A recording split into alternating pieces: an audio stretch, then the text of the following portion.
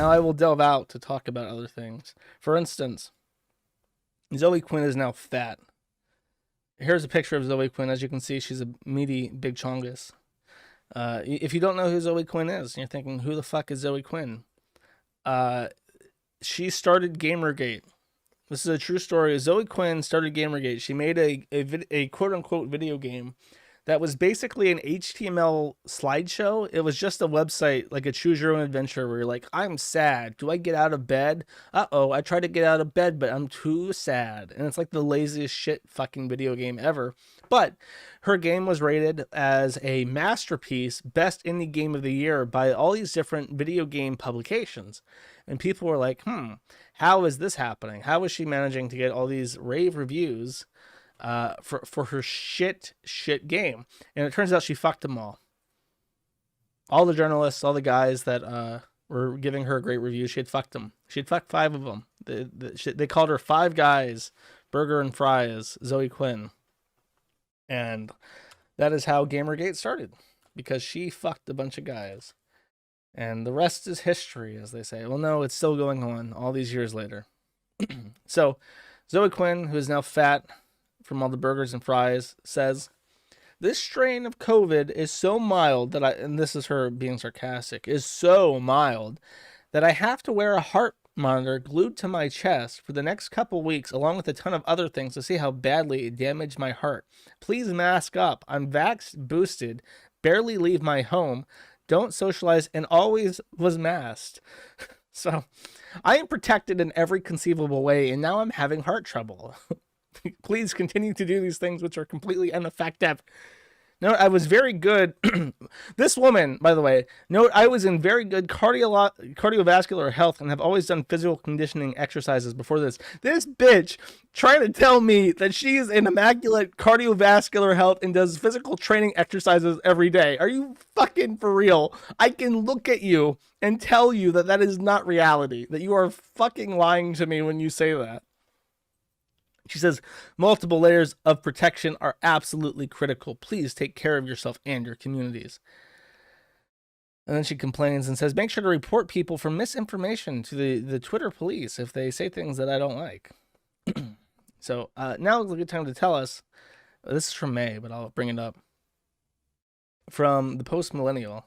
Bill Gates says COVID is a disease mainly for the elderly with a low fatality rate and likens it to the flu. Quote, we didn't understand that's a fairly low fatality rate and it's a disease mainly of the elderly, kind of like the flu.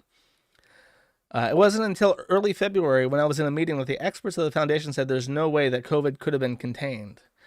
And he goes on to basically say like, oh, well, we didn't know what to expect, so we took it very, very seriously. And it's like, well, and it's a big nothing burger. A nothing burger, which, by the way, is now a mandatory vaccine for anybody, according to the World Health Organization.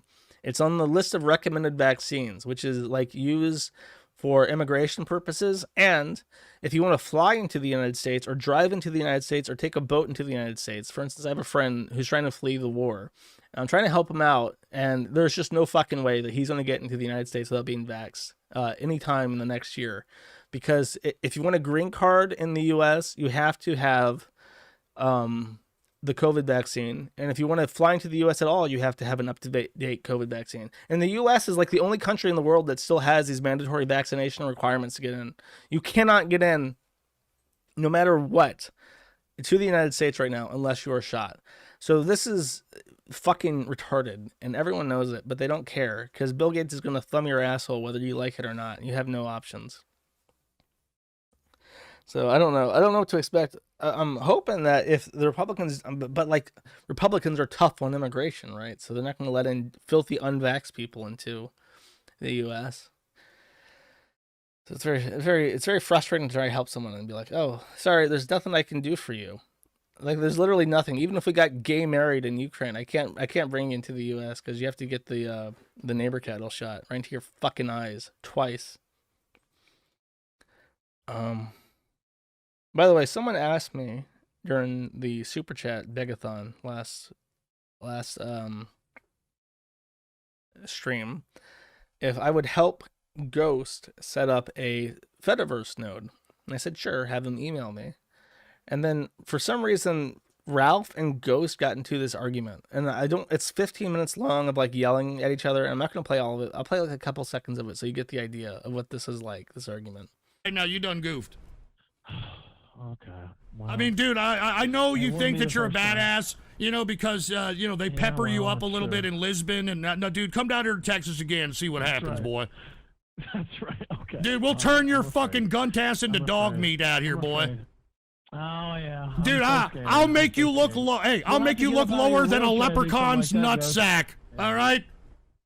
You'll have to get up out of your wheelchair to do something like that. Yeah, and bring this like over-feminized boyfriend you got on the show with you too. That upsets you. Get this guy too. I'll beat both your asses. A dull wolf. I'll be there August 1st. Played by Ralph Molly Ghost. Wow. You fell right into his hands. You beat Tech Alex Jones. So that is the gist. They basically just he kind of like goes up against Ralph, like Ralph goes up against everyone. He just yells and talks over him and says he's going to take a shit on his dead mother. And it kind of works, and Ralph gets angry, and he just keeps going back and forth. I will, instead of covering this argument, because it's kind of pointless to do that, I will tell you who Ghost is, because I do know Ghost. Ghost is, or was, I guess he's still around. He was my first lolcow. Now, Ghost is very performative, but there was for a time that he was widely believed to be 100% authentic. And he did this show called True Capitalist Radio. It was about 3 hours long. And the first 2 hours was just like talking about stocks and cattle futures and pork futures and all this shit. And then he would have at the end, 3 hours are wrong, yeah. At the end, he would have a segment called Radio Graffiti. And if you don't remember, at the same time that Ghost got popular, there was this meme that was super popular of people who would call in to prank this auction site. It was just like two people trying to sell shit on like an online auction. And it was kind of like a QVC thing where people would call in to place bets on stuff that's being aired.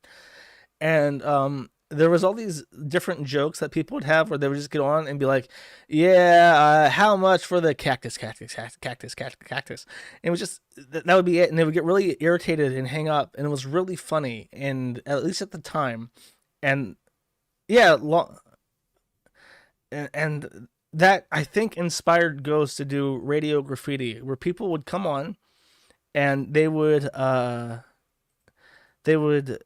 basically do the same kind of stuff. And it had this whole culture of all these different in jokes, like because Ghost is weird. He like, I don't know how he does this, if it's like a sound effect that he has on a dashboard, or if it's he genuinely just has this bucket of old aluminum cans under his desk.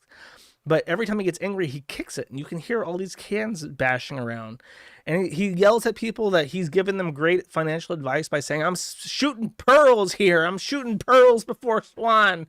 And none of y'all take me seriously. And he just says all this shit. And then people call in, and it's the same people. And they all sing songs and shit to fuck with him.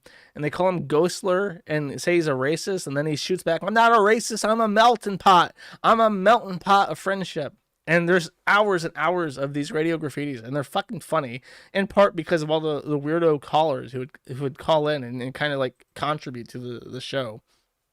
And again, a lot of it was performative, but I just remember like watching these radio graffitis with friends in Gary's Mod Theater, which was like it was like I guess people don't even know what Gary's Mod is anymore. It was like this 3D thing, and you could join these different servers, and one of them was a literal movie theater that could play YouTube videos, and you could watch it with friends in like a virtual movie theater, kind of like Second Life or some shit, but less gay, and it was fun.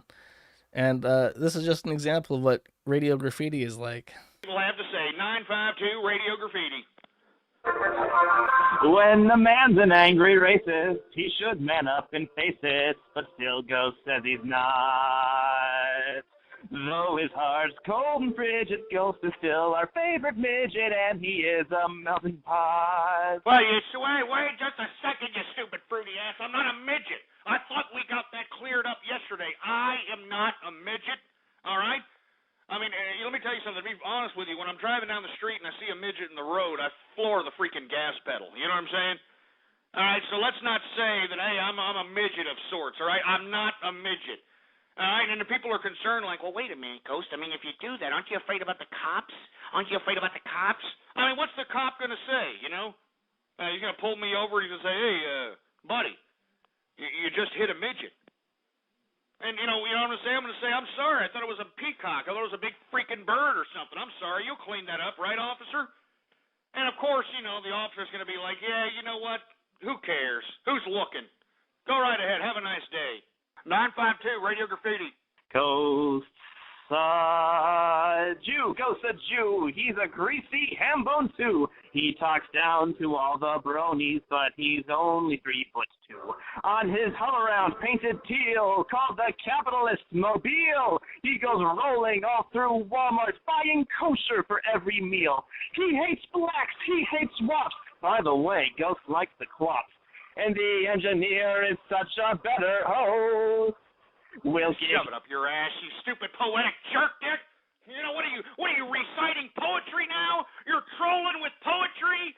Jesus Christ. 952. I didn't even mention the engineer. He doesn't do that anymore, but there was he'll be like talking to this and he'll be like, because it would be like he's not managing his stream or whatever. There's someone helping him, and he would yell and he'd be like, "Engineer, goddamn it, turn that off!" And then he would get away from the mic and be like, and he would have a conversation like that with himself, doing this engineer voice of like a nonverbal retard, and yeah, it was like Gator. It was like Gator, and. It took a long time for people to figure out that was even Ghost. It was like, does he have like a retarded autistic son that he has help him with the OBS? Is it like an actual person? Is it him? And it was like years of speculation. Who is the engineer? And there was one stream where he gets up to go to the bathroom because he always had to he had to pee because he drank so much beer live on air, and engineer took over the stream and he was just like for like a full minute before Ghost is like, "God damn it, engineer, get away from there, get away, engineer, fucking engineer." So that inspired the joke where the engineer was the better host because he took over from it. Oh, it was funny. There's literally hundreds of hours of like 100, not hundreds of, but like 100 hours of True Capitalist Radio Graffiti is still out there. And now his new show format, he came back and I tried to get into it. And I think in this video, Ralph says something about how he's shit because I like him or something. And Ghost says back like, "Nah, Josh is great. He watches all my streams." I'm not as big a fan of the new ones because he figured out at some point that if he comes back, because it was years of hiatus, and he came back right as Trump won to tell everyone that he told everyone so.